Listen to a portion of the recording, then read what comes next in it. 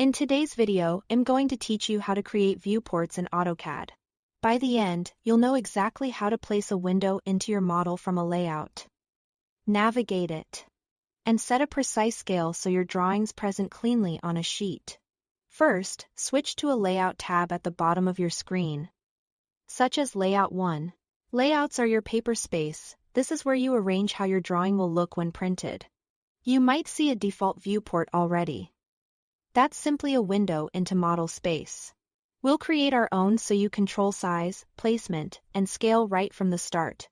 Next, activate the viewport creation command by typing mview.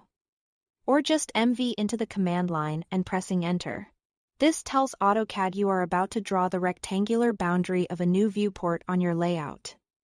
Now specify the corners of the viewport. Click once to set the first corner. Move your cursor to size the window and click again for the opposite corner. Think of this rectangle as the picture frame on your sheet. Give yourself margins that align with your title block or any notes you plan to include. If the shape isn't quite right, you can select the border afterward and use the grips to fine-tune its size and position, so it sits neatly on the page. After creating the viewport, double-click inside it to activate it. You are now looking into model space through that window.